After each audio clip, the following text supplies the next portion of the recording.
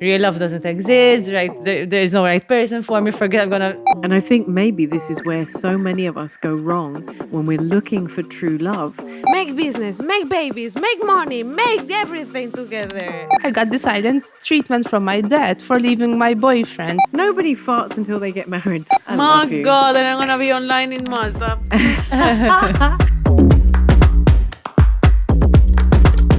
Welcome to the She Word. Conversations that women rarely have, but really should. And there could not be a more apt show for the day before Valentine's Day than a show all about women finding love. Whether you believe it or not, 79% of us believe in genuine love, even if we haven't experienced it. However, the love statistic says that the probability of finding true love is around 3 to 5%. The main reason for such a low percentage of people finding a loving relationship is because they don't feel deserving of experiencing true love. This leaves a huge percentage, roughly 1 in 5, who do not believe that true love exists, and a massive percentage that do believe it but will never experience it, according to the statistics. Now, this might sound extremely pessimistic, particularly for the day before Valentine's, but I prefer to think of it like this. 80% of us believe in real, deep love, but we don't know what it looks like, how to recognize it, and how to find it. So I have 3 ladies on the show that are going to share their thoughts, their experiences, good and bad, and offer hope and wisdom to anyone facing this season still hoping to find love. Ladies, thank you so much for being at the table. Hello. Hello. Hello. I'm going to introduce you one by one. Marija Attard, thank you for being here because you are a psychotherapist who provides psychosexual therapy, a master in family therapy and systemic practice. I'll ask you about that in a minute. And you're also a teacher, which is incredible. So glad to have you at the table. Thank you, Marija, for being here. Thank you for having me. It's a I'll pleasure. let you fill in the gaps in just a second. Lyndsey Pace, hello. Hi, thanks for having me. I'm so glad that you're here. We haven't seen each other for a very long time, but Quite you are a singer-songwriter. And when I put out a call for people to come on this show, you contacted me and you told me, I've been through hell with guys in my 20s. Now I finally found the love of my life. I'm in a 10-year relationship and we're also expecting a baby. But you've dated many Mr. Wrongs, and I'm looking forward to finding out what your turning point was of your story. So I'm going to let you fill in some more details in just a second. Victoria Shan. Hi. Hello. Hello. You are a beautiful, wonderful, unexpected guest, and I'm so thrilled that you are here. You came to a late call to come on this show. Yeah. And when I was introduced to you, I was just bowled over. You're from Panama. Yes. You're here in Malta. You're single. Yes. You're beautiful. Thank you. And you're also the owner of Sip and Paint, which is your That's own my baby. this is your baby. This is your business. Yes. But you're from Panama, and I'm going to stick with you for a second for more details because you're probably our most exotic lady that we've ever had at the table. You're from you. Panama, but you speak Spanish. And explain to me, how are you, and how did you come to be in this island? Because of love. Because of love. Okay, what a great way to start off. You and me both, darling. Yes. So my dad is from Hong Kong. Wow. So I am a mixed breed of a lot of nations. My mom is half Spanish and have a lot of other percentages of everywhere in the world. But I grew up speaking Cantonese at home and Spanish, and now I'm speaking English, and I hope to speak Maltese soon. But yes, 8 years ago, I arrived to this tiny island without knowing it, thinking that Panama was the smallest country in the world, but no, because of love. So I left my life, my profession, my family, my everything because of love, and I arrived here. Wow. Yes. There is a lot to unpack in this love story. I'm Let me really take wine now. excited. To that. Marija, what did I miss out about you? So just to make things a little bit clearer, I'm not a psychosexual therapist. I'm a family therapist where I see couples and families and also individuals. But I took some additional training in themes related to sexuality, psychosexual therapy, but it's so I work with clients on this theme as well. But originally, my master's is in family therapy, systemic family therapy. What does systemic mean? So basically, not a lot of people, I think, know what systemic means. So I don't even use it when I describe. One of them? It's basically the way we see people. It's not as people on their own, alone, as if they live in a vacuum. So when we support our clients, we see clients in relation. For me, it's quite obvious for a lot of people, I think, in relation to their relationships, to the people around them. So when we support them, always taking into consideration the relationships with their spouses, with their partners, with their children, their families, because you can't. We live in a world full of people. Especially Malta, we're quite cramped together. So wherever we are in life, we are in relationships, good or bad. So we have to take that into consideration. So we consider the whole system that we live in, wherever we are, at work, with colleagues, at school, all this. I've always wondered, now I know. Yes. Thank you very much indeed. Dare I ask your relationship status? I'm married. Yes. I'm married to a German. I stayed here because of love. Oh my word. No, because he loves Malta. So I think that's the main love, because he loves Malta mostly. Hopefully he loves me as much as he loves Malta. So that's why we're here, because he loves Malta so much. Also about love, And that's my relationship status. And I have 2 kids, 2 boys, a 15-year-old boy and a 10-year-old. And something I would like to add on, which is a huge part of my life, is I'm a teacher for the past 20 years. I love what I do a lot. How old are your kids? School kids or school kids? No, the school kids. School kids are between 11 years old and 15 years old. So, and they're all girls, because I teach in an all-girls church school.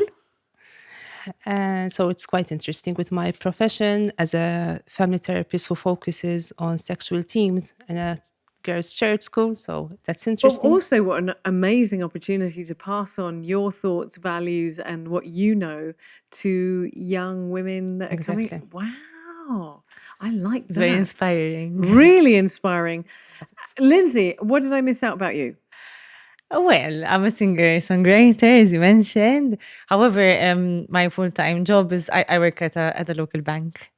And I also teach part-time. I teach music, obviously, so we're a bit alike. I think I'm a workaholic, probably, but I enjoy it. I enjoy every moment. I like keeping busy as much as possible. So you're a workaholic who's now going to have another aspect to your life, because you are, this year is going to be very special for me, because obviously we're expecting a baby. It feels so surreal. I've never imagined myself to be in love like this with the right person.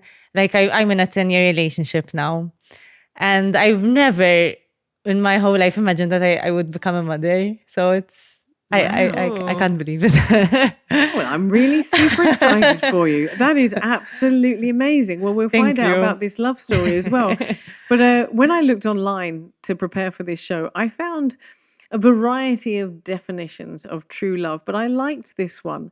True love fosters a connection that goes beyond the superficial. It's a bond that often involves understanding each other's core values, beliefs, and life goals. The connection creates a sense of companionship where both partners feel like they're on the same team, working towards common dreams. So before we look at true love, or even how to identify or harness it, I'd like to look at what love isn't. And because we have some stories at the table, I'm fairly sure we all have opinions about that. But what doesn't fit within the definition of love? Because we've all had these experiences. We've all thought that we're in love. Mm-hmm. And then in hindsight, we kind of think, no, that wasn't. I'm going to just tell you the things that I thought and that I discovered in more recent years, I've discovered that love shouldn't be earned. It should be freely given or received. Love might not instantly forget when we screw up, but it won't forgive, but it will forgive, and it doesn't hold grudges. Love doesn't punish, love doesn't betray, and our gut always really knows what love looks like. That's coming from me. That's just a few little points. But what isn't love? Let's start with this. I think when you have to change for that person and you're a different person, I don't think that's love. Like somebody who's possessive over you, but like over. I've been through that as well. I think I've been through a lot of things with.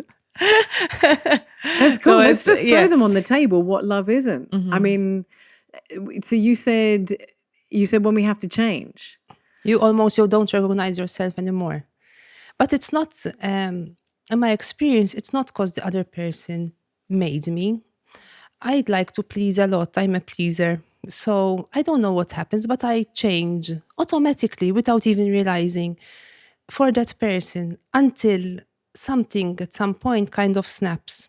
And I realize, or some friend you mentioned before, we were talking before this show started, that's a friend kind of, friends are valuable assets in our lives. And some friends make you realize this, in a subtle way, because you think you're madly in love, but they help you realize that you've changed so much. Where is the Marija we knew a couple of years ago? And I took over, for example, hobbies and things that this person liked. So I can't put it on the other person. It was my problem almost, because I was completely changing, trying to fit into this person's life. Like being different. Being different. You also mentioned about possessive, people being possessive, and this isn't love. I mean, I always thought, I think when I grew up, I thought that jealousy was unhealthy, but there is a certain amount of healthy jealousy. There's a limit, I think. Not too much. But tell me, you're talking about possessive. What does that look like? For me, it's like, for example, your partner is trying to change you, as you said, or even simply telling you what to wear or what to do. It's crazy. Checking texts, they would have to check like Facebook Checking accounts. your phone. Like this. Sorry, me and Victoria like single forever. I'm not talking from experience, thank God. I mean, no, we're just throwing but, these on. But if happens. someone's checking your phone, if someone's checking your Facebook and your accounts and your private don't trust information, you. they don't trust you. There's a problem of trust and lack of communication, I believe, as well. I mean, there's a problem. Yeah. Okay. So lack of communication looks like what? If there's for me, like from my personal perspective and like in my current relationship, I believe that if there is something that's bothering you or maybe there's a problem, I think you should speak up and you try to solve it. Because if you don't talk, if you don't communicate, what's the point? No, but that's You an easy one nowhere. to say. It's a hard one to do. It's true. It's a hard one to do true. because you don't want to set off a firework, and sometimes you have to. Uh-huh. I mean, I mentioned about punishment because I know in a particular relationship that I was in that I would be punished if I did something, said something that upset this person. I mean, it was a particularly narcissistic relationship, but if I said something or did something that they didn't like, they could punish me for days. We're not talking about 10 minutes. We're talking about days. Oh. And silent that's- treatment, for example. Oh no. my goodness, like you wouldn't believe. I mean, that's just that, and that's It not depends love. on the character. But I think honesty, it's always the best way, in my opinion, at least. Of course. Without a shadow But of a shadow of a doubt. But I mean, we're throwing on the table all of the elements that are not love. Uh-huh. I think you feel it when the heart is not happy. There is no love. Ooh. You just feel it. So if we feel it when the heart is not happy, Yeah. You feel it. Yeah. how do we how is it that we don't always feel that in the head? Because you can feel something in the heart, you can feel something in the gut, but translating that into action for You just feel it's not quite right. We all know it. Sometimes we just stay too long. But we don't admit it to. We It's don't admit difficult it to admit it because- to yourself. Oh. yeah, because it takes courage. You to- get scared. yeah, so many things, but we all know when it's not there. You just feel it.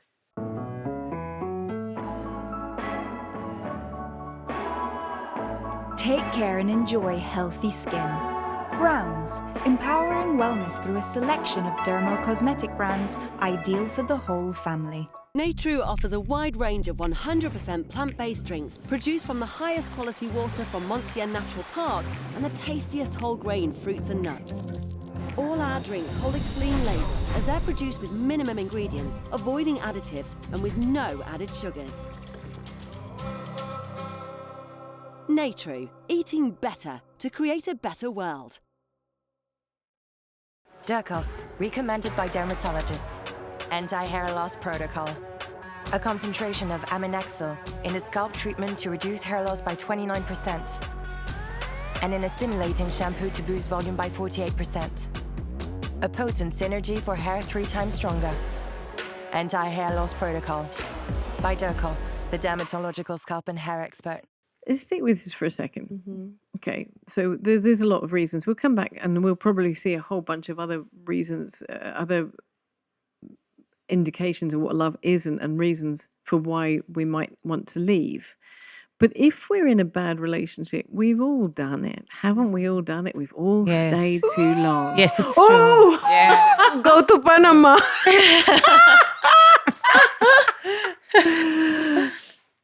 Don't go to Panama. Don't find it. I'm sorry. I recommend many things in Panama, but not Panamanian. Sorry, guys. Oh, wow, you've just offended the whole Panamanian. Okay, Well, not all. 90%. okay, fair enough. But we stay in these relationships too long, right? Why do we do that, Why do we stay? Well, I'm going to ask you. We fall in the comfort zone. It's not easy to just leave. You have so much invested in that relationship, especially long-term relationships. And very often there are children involved. A lot of things that make it almost impossible to leave.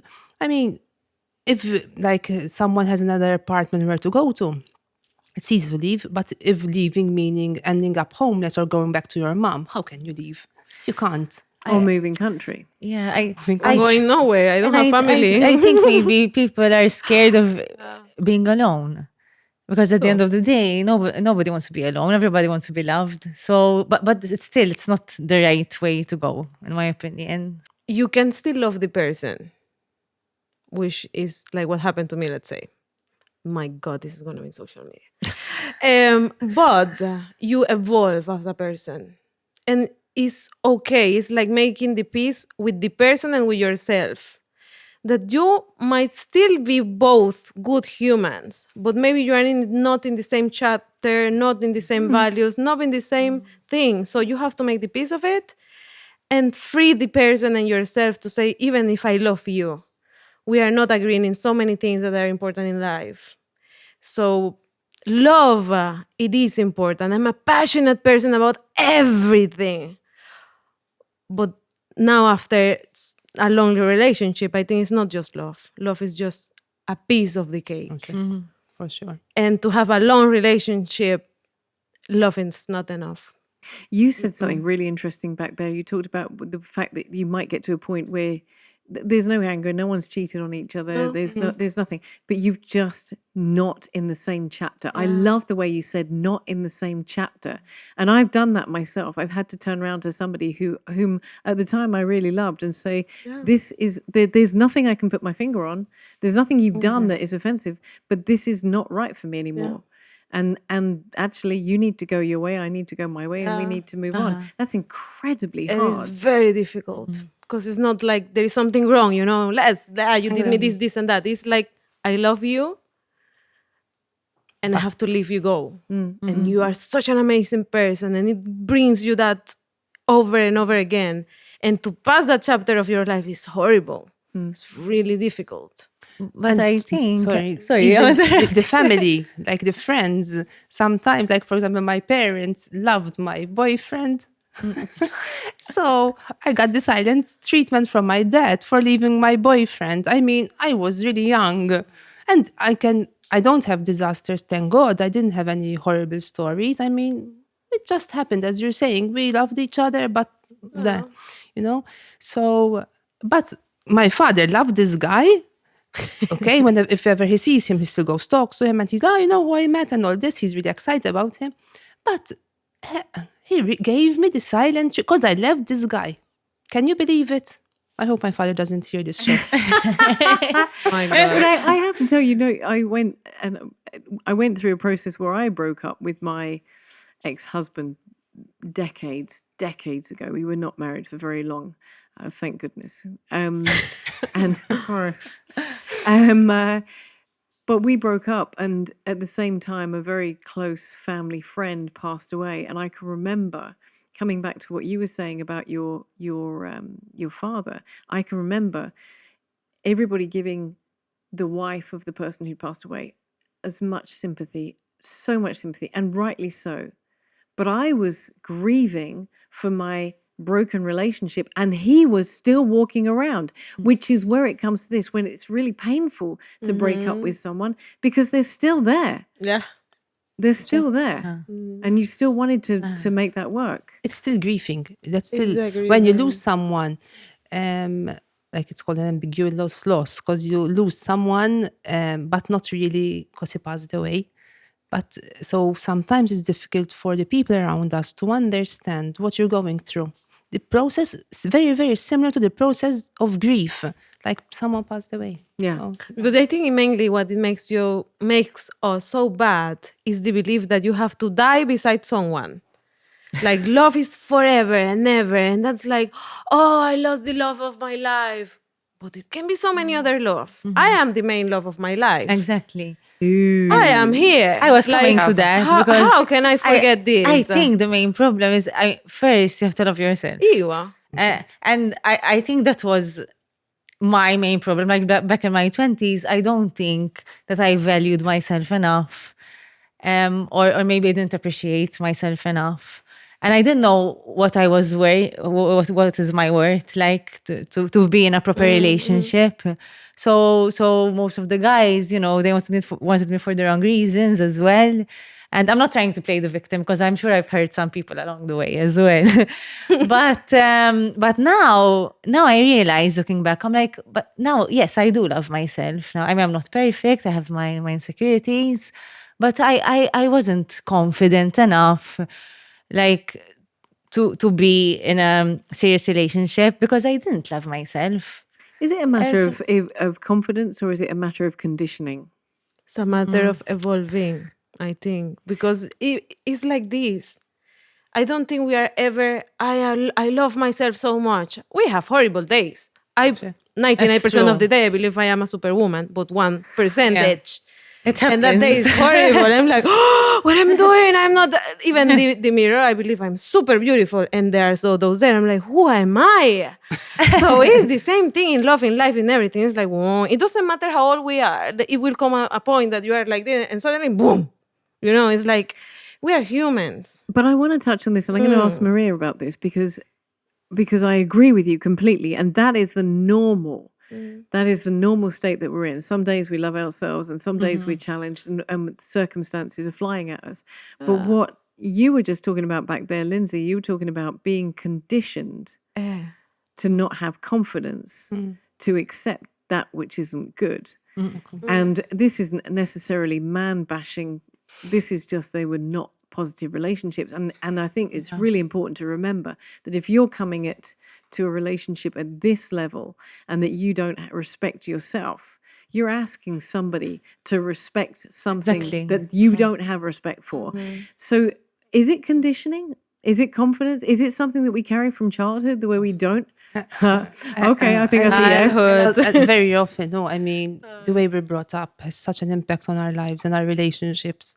And the way we were spoken to when we were young, like, you should be lucky, like, he's such a nice guy, even when you hear, not just when when it's being said to you directly, but you hear it about when, Nana and Mom are talking at the kitchen table or at the shop. Oh, she was so lucky, he was so handsome, he was so smart, he's, he's qualified, blah, blah, blah. So you hear these things. So then when you come to a relationship, you would also be conditioned by all these.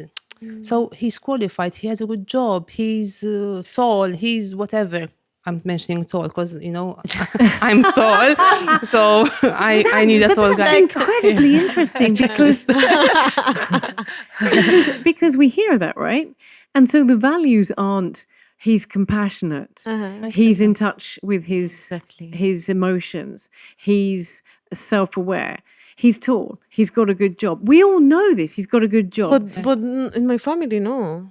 Oh, Not at all. I grew up in a very different parents that kiss each other. Like, I realized that I come from a weird family. I thought it was normal until I was 25 that a friend came to my house and they were kissing in the mouth. And she was like, oh, it's anniversary. I was like, why?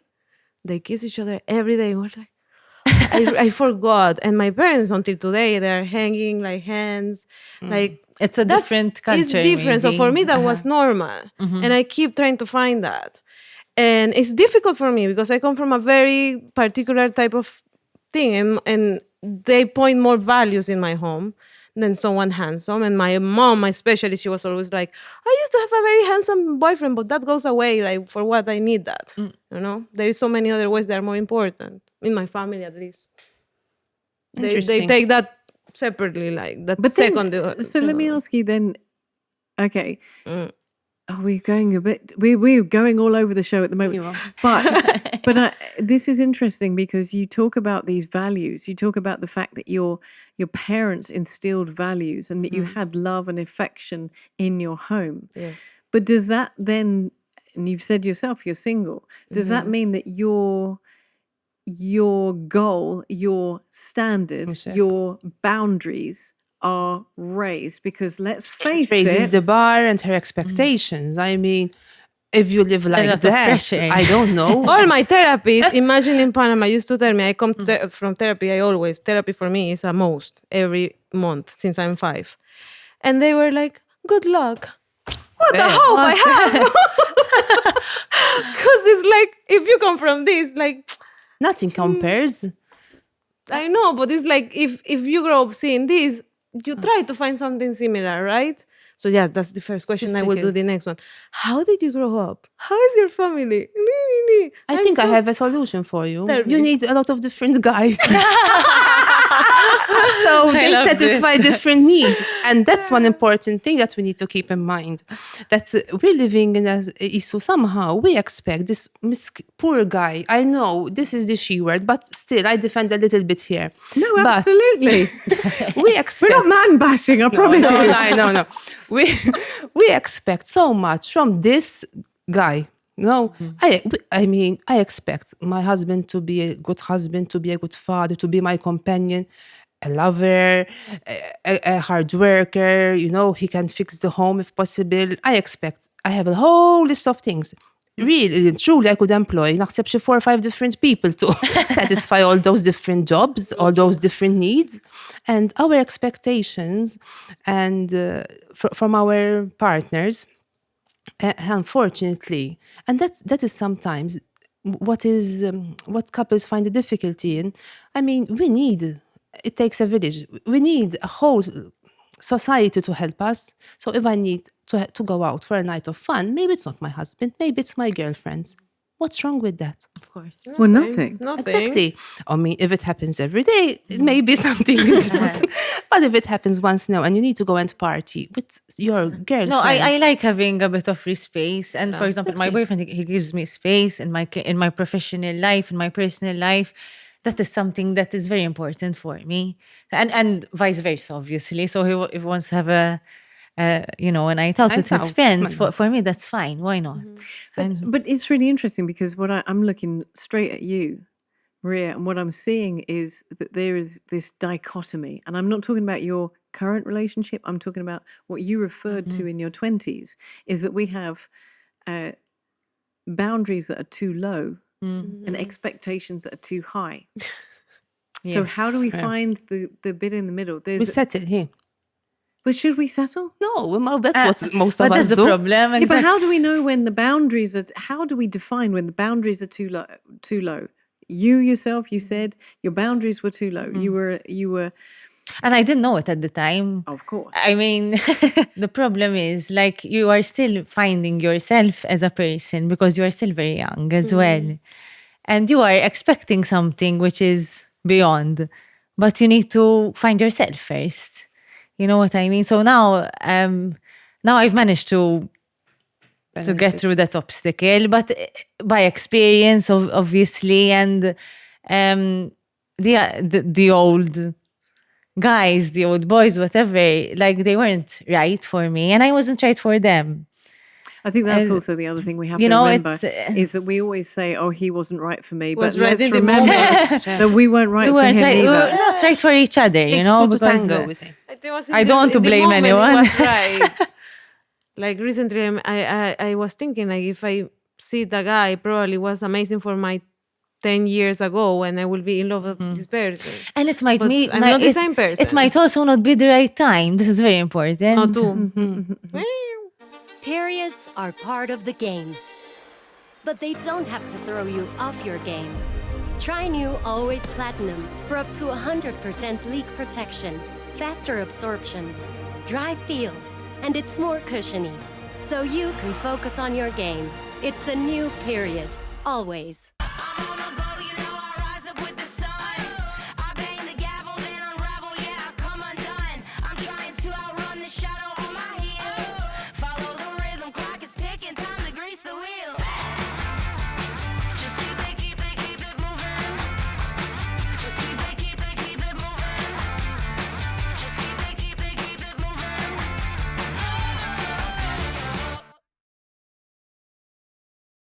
Whether for a moment of disconnection, a complete body-mind reset, or a bonding time together, book online stress-free at Myoka.com. Complimentary spa facilities on every visit. But I'm coming That's back why to, you're I happy. really want to get to the bottom of this. I mean, we've talked about when we sat down and started talking about this, we talked about what love isn't, and that helps us define our boundaries. I mean, I'm going to keep coming back to that. So if there's anything else that you want to add what love isn't, then we should add it to the table. Lack of trust, advantage. Without a shadow of a doubt, love is not abuse. There should be no definitely place for no abuse. And if anybody is in a relationship, we've had 2 domestic violence shows on at this table, and if anybody is in a domestic violence situation, as you said, Marija, it's incredibly difficult to leave relationships, but without a shadow of a doubt, that is not a loving relationship. And there are 100 reasons why women don't leave, and that there is no blame at this table. If that's you and you're stuck in that, there is no blame. And when you find, hopefully, God willing, when you find the right time, you will be able to exit from that situation. But we know what it isn't, and we've got these boundaries of, okay, so we know this is the minimum that we will accept. But then we've also got Victoria's high expectations up here. And I still want to come back to, how do we define what we can accept and what we can accommodate and just what is not okay? And I tell you why I took a pause on that, because I was thinking to myself, we should be accepting each other. You said yourself, we have to live with each other. We have to work around each other. We got to negotiate this space in a loving relationship. But there are some things that we shouldn't try to convince ourselves are okay. I've done it. You said you would know. I've been in a relationship where I convinced myself, I was like, okay, there's this many cons, but there's these things that make up for it. You shouldn't be counting the cons. You shouldn't be saying he does this, but it's okay because he does that. I've done that so many times. Yeah. Haven't you? Same, Haven't we all? same. I course. think everybody's been through Everybody. that. Of course. And you cannot fix the person. I think we need to forget this. As some people think that, like, when they get married, I don't know why, they believe that when they get married, some magic wand, some magic comes across, Exactly. and How things can get this be? fixed. Things are already a disaster. They can only get worse. Sorry, I mean, seriously, if these 2 people are not trying to fix things, it will not get better. I'm saying it like, hopefully people hear this. It will not get better. Things can improve if both work on it. So if things are already crooked before you start, before you get married, I mean, you're already starting a bit. If there are any red flags or any warning signs from the beginning, you have to say, open your okay, eyes. this is not for me. I Listen didn't to the mention universe. something. I was engaged. Oh, You were. I was engaged. okay. And So those things you start thinking, like, I prefer to stop it before arriving to a point when there is some, not red flags, things that it might evolve with time. And I don't know if I analyze it too much, but I think in the long term, you have to think about certain stuff that because of love, sometimes we just blindly don't think. So, but it's true what you were saying back there, Maria, because when I had my one night of marriage counselling before we got married in Prague, it was You knew probably. But this lady said to me, she said, now you get married. This is when the hard work starts. She said, because prior to being in the marriage, you had a reason to work because either of you could walk away. A lot of people become complacent when they get into marriage, and therefore you can behave badly, and you're going to see things about your partner that you didn't expect to see. Especially like in Malta, things are changing. But a lot of people in Malta still decide to wait until marriage to move in together out of convenience. I don't agree, for example. So then at first you spend until you're 30, so people are getting married later in life. So you're stuck in your ways for 30 years. You're used to a certain way. And then all of a sudden you expect that a miracle happens and you get along and somehow, then you relax, as you were saying. So first we used to meet each other all nicely dressed up, ready to go out. The work is over. I go home, chill, have a shower, get myself done and meet him. Then all of a sudden you come home straight after work and you meet your husband. He sees you straight after, so you're stressed. And then the clashes start. And and things then have changed now. So this is very important. I think you should live with the person to know his true colors, even if it's something small. But you have to live with your partner before getting married and all of this. You need to be together through the good and the bad, not just the holidays and going out and the nice stuff. Can I offer an alternative thought to that? Because I don't want anyone. I don't think that's the only way, because if you have good communication skills, if you accept somebody else, you're going to ignore you're going to be able to negotiate around his farts. Okay? It's true, right? Like, you might not know. It's true. Nobody farts until they get married. Well, you save them up until you get married. And then as if a big explosion. No, true story. I have to tell you. Me and my now husband were very careful not to fart around each other for the first 6 months, and then afterwards something happened for one of us. I can't remember who it was. But that's a healthy and then we both went, oh, for goodness sake, I'm so glad. Good. I've had gas for the last 6 months. I'm glad I can let this out. But that means you're comfortable around your Yes, partner. but what I'm saying is that these things that you're talking about, I am not entirely sure that I don't know about you, Maria, that the living together is the definition. Because you could also, if you do a proper engagement, but I don't know what in Maltese called erusia, like the the engagement before you get married. If you do it properly, like you seriously talk. I was joking about partying. Yes, you should have fun together, but not just that. You need to have some serious conversations. I mean, serious, not like, but have serious conversations about your deep core values, your dreams, your desires for life. If you want to have kids, if not, if you have kids, how you're going to bring them up. Mux mbagħad, you have kids. And then you realize, actually, I don't want to stop working. Sheesh, I thought you're going to stop because you're the woman. And then we start. You're not cooking. No, you should be cooking.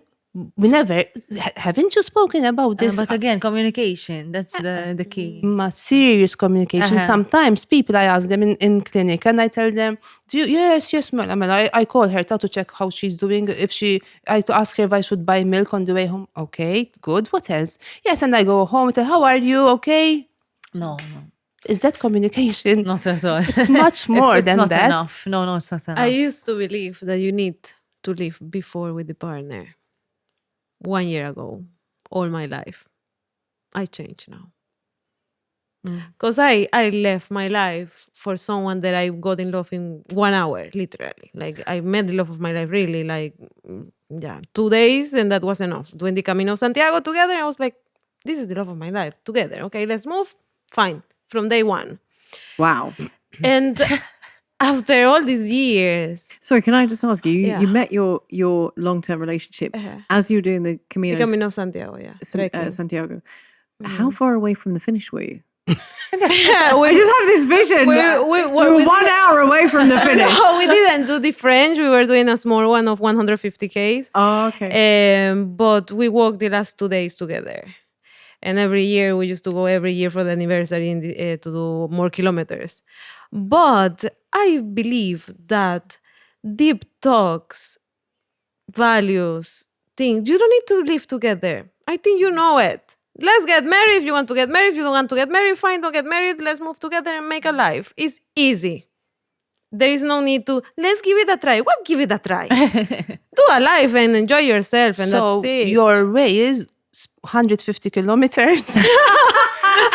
Ash, it's a problem for me. yeah. Hopefully I stay with my husband. I'm not ready to walk 150 kilometers to get to know my future. I wasn't looking for anyone. I was enjoying myself. Like I was enjoying my time, and then It I just found happens, him. you know, Yeah, of it course. happened. I mean, It was like, when hi, you least human. expect it. Hi, human. Can I ask you something? I'm gonna pitch this question to both of you ladies, and obviously to Marija, if you have something to add to this. But what was the moment? I'm going to start with you. What was the moment that you said to yourself, "Okay, no, we're done. This is okay. We're done now, and now I need to move on." Because I think when the time passes, even small things, and you don't manage to arrange them or to arrive to a middle point, because no one is the same. I'm not asking someone to have my same childhood or that the person have my same childhood. This is, I think, empathy, to arrive to a middle point that both are okay with it. If you have passed and you have tried many things, mention it, I don't know, therapy, time, conversations, shout, crying, not crying, in any senses, granted, I don't know. If you don't arrive to a middle point, you will never arrive. Maybe in some years you will realize, Mela, we evolve and now we can be together. Why not? But if you are in a point that you are not going anywhere, you are just making yourself miserable one to each other once and over again. So let the person be free and be happy with alone or someone else. It's life. But I think it's that. You realize that it's not going to be solved. I mean, Sue, it's amazingly interesting because I think a lot of us do just kind of say, okay, if we just keep trying at this, if we just keep saying it, or if we just ignore it. If we just ignore... It's easier ignoring it. Yeah, Ignoring, for sure. trying is tougher. Exactly. And then saying, actually, this is it. No, this is not working. No, I that's mean, it. As to try, it means you have to admit something is not exactly right. Yes. So then once you both admit something is not right, then you can work on it. But if one or the other doesn't admit that there's something not right, what can you work on? But I don't think you should give up easily. I mean, that's from my experience. Like, if you really love the person, and maybe it's not a big problem. Maybe it's something small. I think you can try. But if your heart is not there, if you're not happy, then And you try, and then you have to say, tried, like as I "Listen." said, crying, not crying, therapy, not therapy, No, and no, it's not. it It's not depends solving, how, you know. you know, It's like there is no middle ground. how bad there, the situation is, I guess. Can I ask you something, Lyndsey? Because you talked about the fact that you had bad relationships in your 20s, and then at 25 you were not looking for anyone. You met your husband. What was that light bulb moment that stopped your behavior, your previous behavior of settling for things that were not healthy? What woke you up? Because then I think I was maturing, you know, and by time you start looking at things from a different perspective. So then at a point I preferred to be single than trying to be with someone which I don't like enough, or I just wanted to be happy. But I couldn't really connect with anyone. Like, and I know I'm a bit picky, to be honest, as well. But it wasn't working for me. Why do we She's a bit but picky. why do we say this? Why do we say that we're being picky? This is a language that we as women, Exactly. as women use this language. We say that It's we're true. being picky. It's true. When in actual fact, all we're saying is, this is my benchmark and this is what I will accept. And I keep blaming myself. It's me. I always a problem. But I mean, to be fair, I don't think that I'm not perfect, but I don't think that I was the main problem, because This is no, I mean, because when Keith came along, then everything suddenly came into place. So I didn't do anything wrong, I thought it wasn't the right place, and that's why I keep saying this. And if you've asked me about this 10 years ago, I would say no, real love doesn't exist, right? There's no right person for me. Forget, I'm gonna remain single forever. But now I'm thinking things differently, It's a completely different Lyndsey now. But at the same time, you appreciate your partner now, your boyfriend, because of what you went through. Yes. Had you not experienced it's that, true. if I you had come appreciate it first, more. if I you had come appreciate it earlier, more. maybe I'm not sure, and you don't ever know what would happen, but you might not have appreciated him enough. Because to be fair, there was a time in my life where I didn't like the boys anymore. They were really breaking my heart all the time. I'm like, no. And I'm like, okay, that's it. I've had enough. I was being a bit bitchy, to be honest. So I have to say it as it is. But since I've been through a lot of bad experiences, then I was 100% ready for that relationship, and I appreciate it more now. But you also said something which is, I'm going to ask Marija about this. You also said something which is common, I think, between the three of us, and maybe even yourself, Marija, is that you had a time of being single. Mm-hmm. Yes. And we had this conversation, Victoria, before we sat at the table, because some of my most important time has been whilst I've been single. And that's where you do the development on yourself. That's where I read the book. And I've said it on the show before, women who love too much, if you think you keep repeating cycles of being in the wrong relationship, go read the book. It's by Robin Norwood. It's absolutely fantastic. She's not paying me to say that. It just is a really, really good book. But it gives you the time to reflect on yourself and identify. Now you're single. Lyndsey went through a period of being single. You're single right now.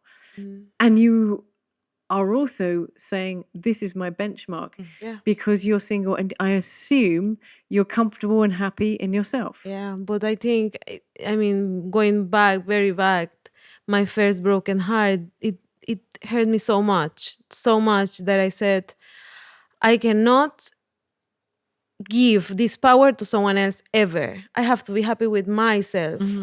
So for 4 years, I didn't go out with no one. I said to myself, until you are not happy and you don't realize that you are so happy with yourself that you don't need someone else, and this someone else is going to be just like an extra that will make you even happier, don't be with anyone else.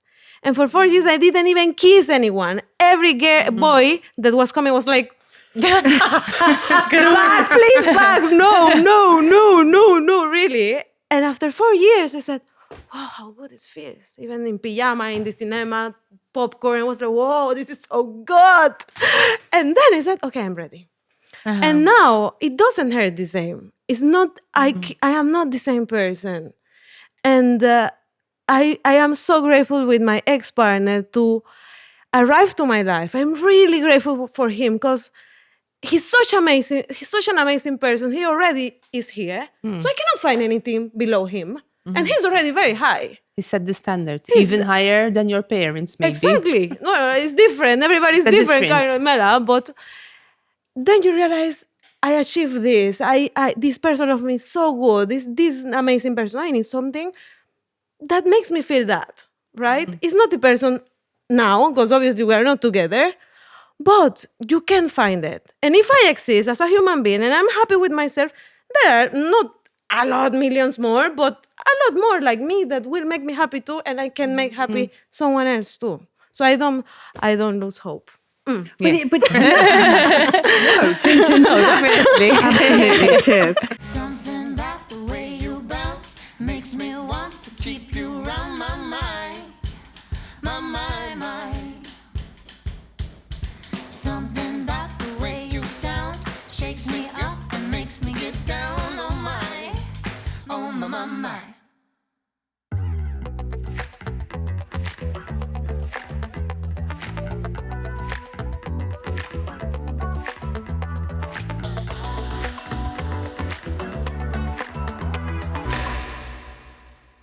But you said something back there, Victoria, which really caught my attention. You talked about power. And haven't we all been in those relationships where our happiness, our peace, our day-to-day running of ourselves depends on how somebody else is treating us, how somebody else is relating to us. I mean, we've been through that, and that has to be definitely, without a shadow of a doubt, one of the most unhealthy relationships. Is it not, Maria? Is that just... I mean, it's what we do, isn't it? Sometimes, not everyone, and not all the time. We depend on that someone to make us happy, and as you said, to give the power. So this person is in control of your happiness, of everything. We forget ourselves almost in the process. So that's not love, is it? Of course not. No. So. To ourselves, I think it's here. It's not the power; it's that you are giving that power to that person, but it's in your hands.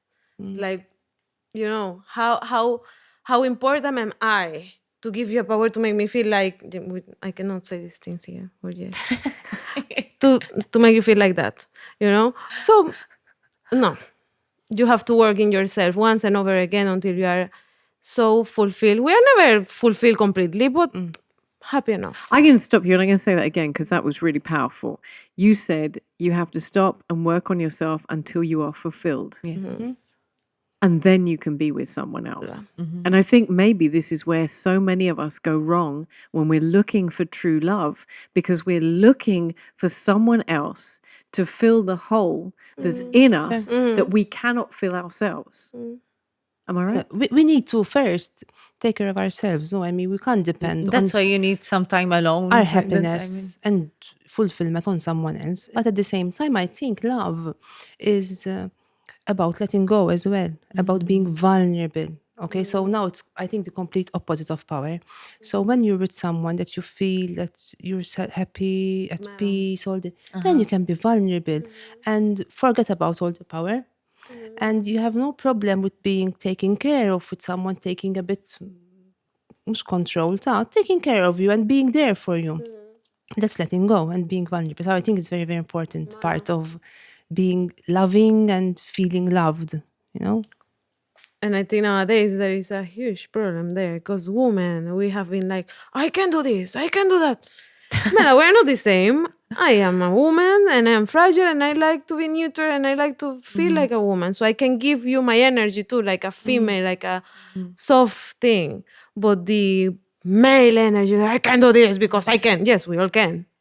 No shake. I'm a very sensitive person. So this is really, really important for me. Like if my partner is not emotional maybe enough with me or doesn't understand this aspect of my character, then I might look strong, I might look confident, but I am super sensitive. So I need someone who's compatible with that same, But I still come back to this, that we are, as women, going through such radical change that really, as women, we are not addressing.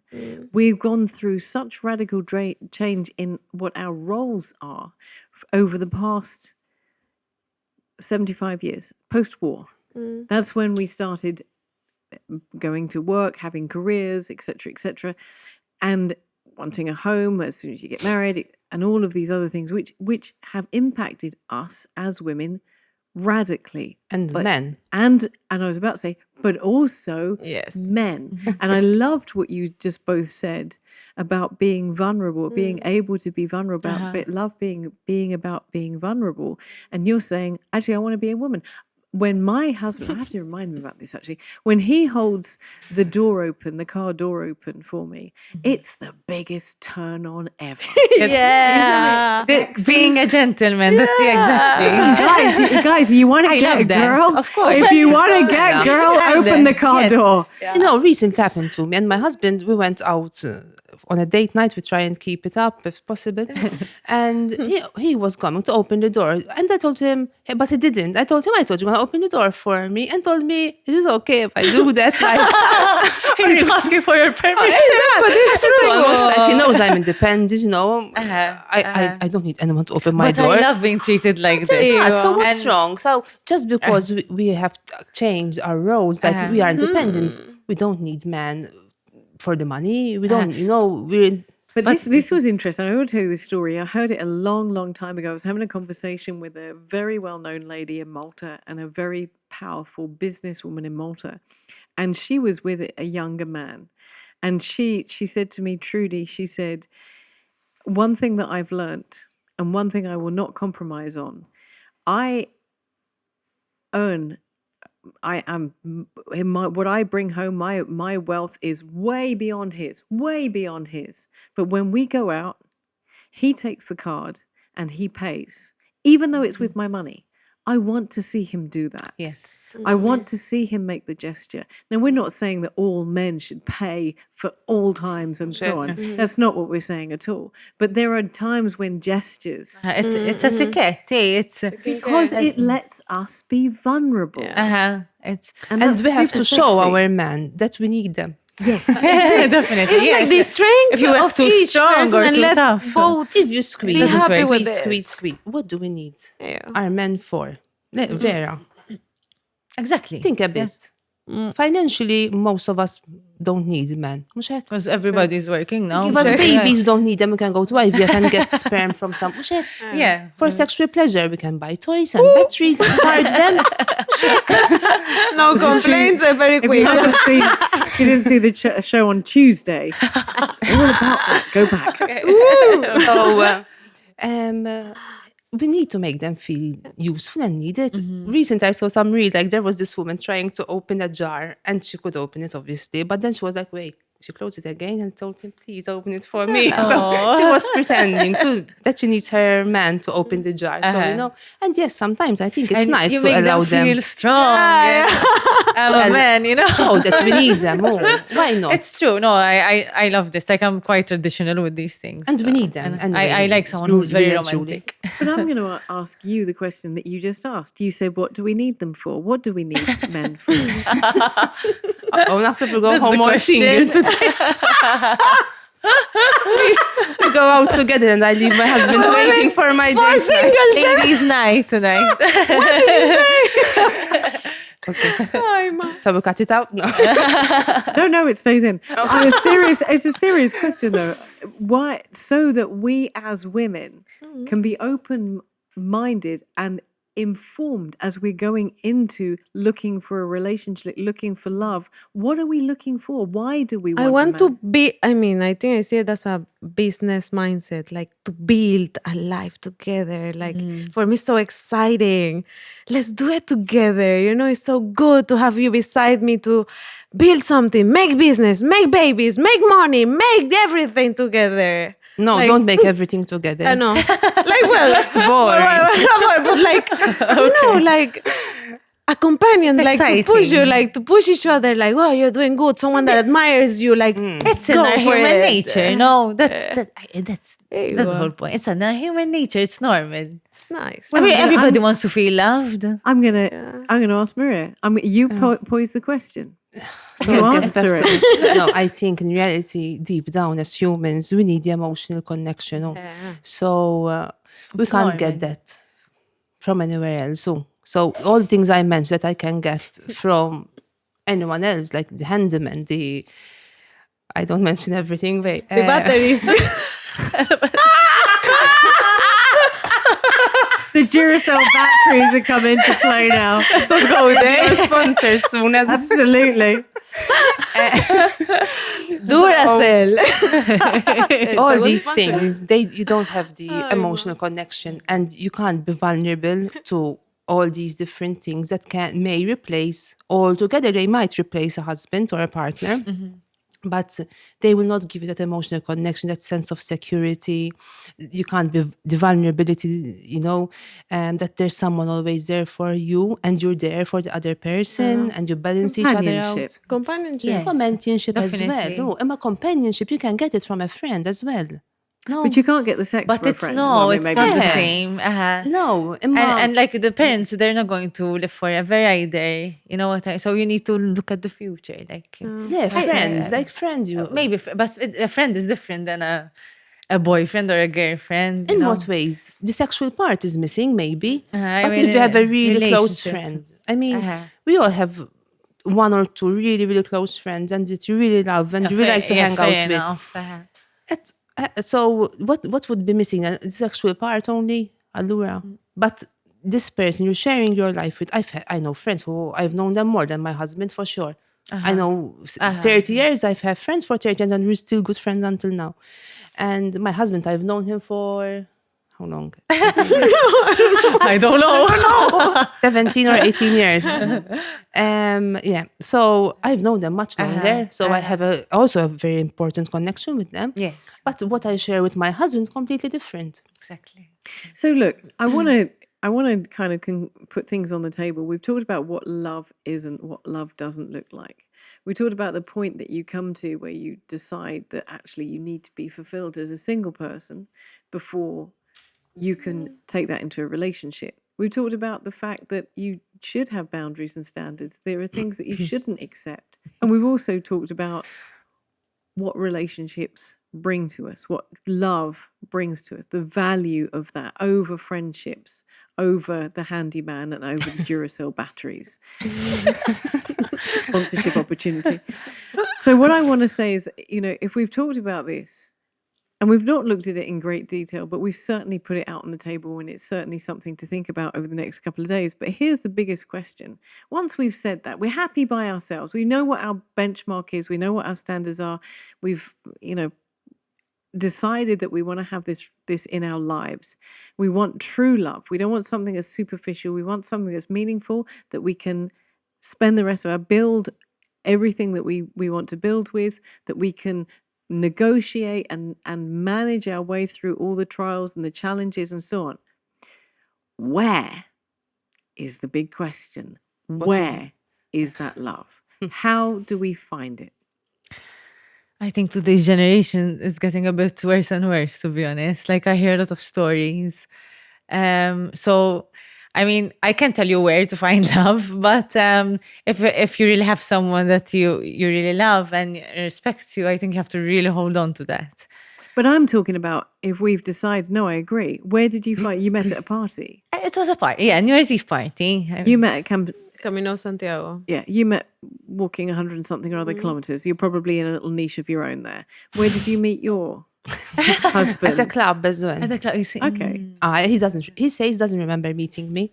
But then, wait. A side note.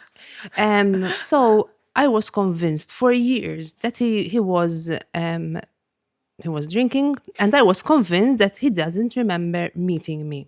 He was really drunk. He said for years.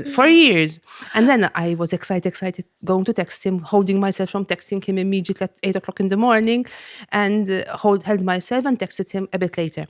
And he said that he didn't know who was texting him and then I told him to meet up and said I didn't know what to expect because I don't remember even meeting you, and it was all this. Then, years later, it came out that he was bluffing. He wanted to act cool. Oh my God. And apparently he knew I that hate he met that. me. He knows exactly what we said and what he showed me and everything. He was showing me his phone, whatever. He was taking my number. It's what he remembers. I don't know why he did that. For years, that's I realized he told me the truth. 2-3 years ago. If Mela. I met him at a club at 4 o'clock in the morning in a club in Pachevin. Exes, now it's no longer there. I can He relate. was playing hard to get, probably, but why? Oh, why? 17 Why years, would I you was do married this? with 2 kids. I mean, or my, at this point, you got me, you. So look, are we going to, for anybody who's looking for true love right now, somebody maybe is watching this show and thought, okay, that's not the situation I'm in at the moment, and maybe I need to take the leap and I need to find that place by myself and find that satisfaction in myself, like you have, like you did, like I have, like you have, before embarking on a relationship. But now they're ready to go into a relationship. I'm going to ask you, Victoria. I mean, you're single. By the way, Victoria's single, gorgeous and single. Telephone number under here. No, I'm just kidding. Where do you look for? I mean, are you on dating apps, or because as far as I'm concerned, It really tires me. Like before, when I was 20s in Spain, I used to live in Barcelona before. I used to enjoy it, have fun. I was in university. But nowadays, I believe that I already found the ex-love of my life. Hara, how is it? But that but you will find it doing things that you love. That's already a filter. You already filter a lot of things. Like, who's gonna be in the middle of nowhere, sweat, 100 kilometers walking? Something there, the filter is already in your same length. But you know what? That's really profound, because you met at a party, you met at a club, I met at a dinner reception I was invited to. It was free. You met doing a great long. Oh. I mean, if you say meet someone doing something that you love, at least you're start not off with forcing something common. yourself. Yes. Yeah, because sometimes we can go out and say, okay, we're going to go out tonight, and we're gonna go somewhere to find someone. You have to make an effort. I mean, whatever the dating apps might help. I've never done that before, but. But Victoria's got a point, and I've never heard this before, and it's never registered with me, that if you meet someone doing something that you love, at least at that point, that it's huge, because you're not in a point where you're trying to impress necessarily. You're not trying to be someone you're not. You're actually in a comfortable place, so you can have a comfortable conversation. So meet someone doing something that you love. It doesn't mean to say necessarily you're just going to walk for hundreds of kilometers. Although I recommend it, but at least you're where you want to be. I hadn't thought of it like that. This is, but it feels genuine, eh? Like the very authentic. I like don't see that it's so realistic, unfortunately, anymore. For example, at some point in my life, I went to a gym recently. I paid a membership, but it wasn't worth it. One time it cost me €150, but I just went a couple of times. Anyway, I realized I used to go to a gym previously. We talked about Gargur, and I used to go. It was a community. I chat with people, with different what's going on, what's going on in their lives. It was a club. It was a real club, not the party club.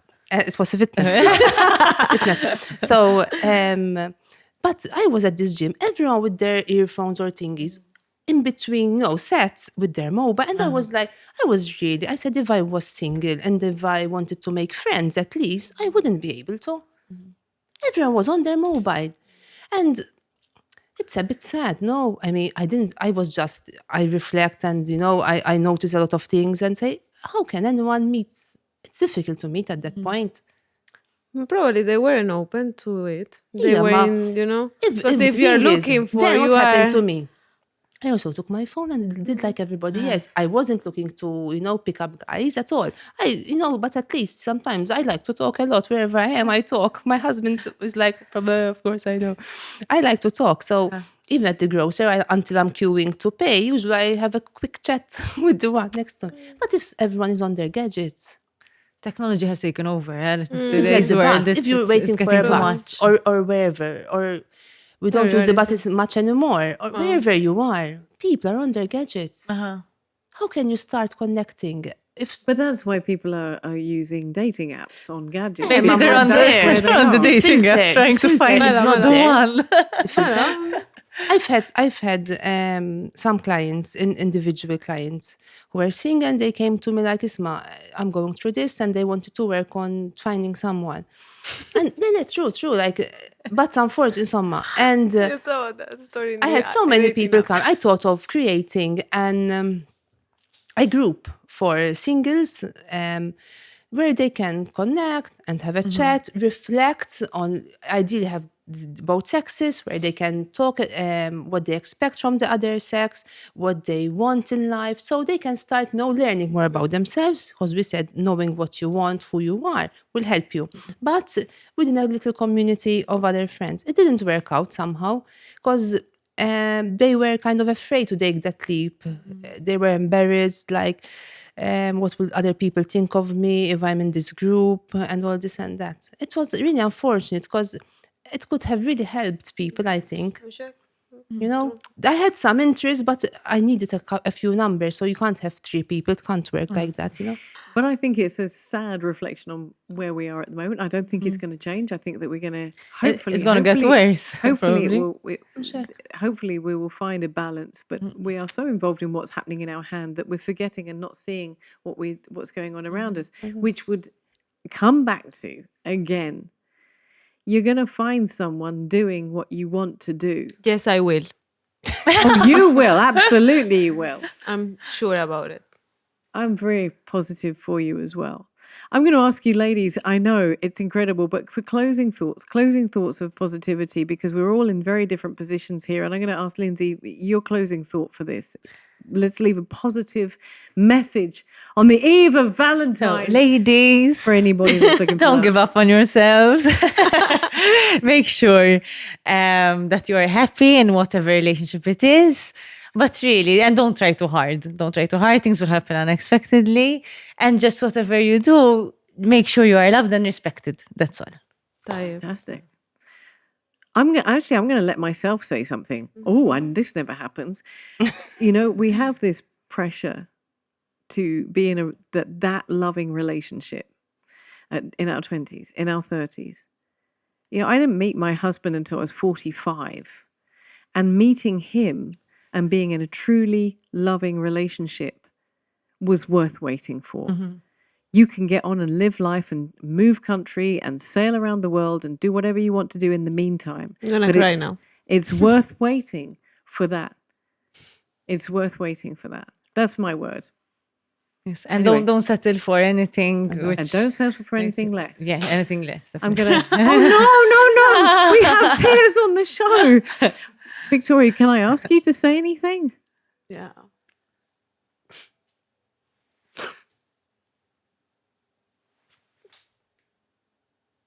I just believe that love arrives when it has to arrive. You know, I don't lose hope. If you love so deeply, there is someone else that might love same as you. It's impossible that there is no one else. There is thousands of people looking for love, desperately. It has to be. It's worth it. Just be happy with yourself. It arrived. It always arrived when it has to arrive. I'm going to chinch into that, girlfriend. My God, and I'm going to be online in Malta. You'll have a queue soon. Maybe Absolutely. Be careful what you wish for. I'll be getting the messages saying, can we get her number? My. Maria, yeah. I'm going to ask you to come with the last word. Okay. Huge responsibility. So first of all, love yourself. I mean, that's the most important thing. Respect yourself. Don't settle for less than what you want in your life. But something, some people say, I can't live without him. No, don't choose someone you can't live without. Choose someone you can live with as well. That's very important. So happy Valentine's Day. Can I say a happy Valentine's Day to a special couple? You can. They met on the eve of Valentine's Day, so when this show will air. And they met also quite late in life. And I was the matchmaker. It was a one-hit wonder. It never happened again. And I'm very, very happy for them. So from the deep of my heart, I wish them a happy Valentine's Day and a happy anniversary. You're allowed to say what the names are? No, I had to swear secrecy, but they know who they are. So we'll chin to that. Chin to that love story. Cheers. Happy Valentine's. Happy Valentine's Day. Fire away. I'm told for nothing. You're okay. Oh no, you're so gorgeous.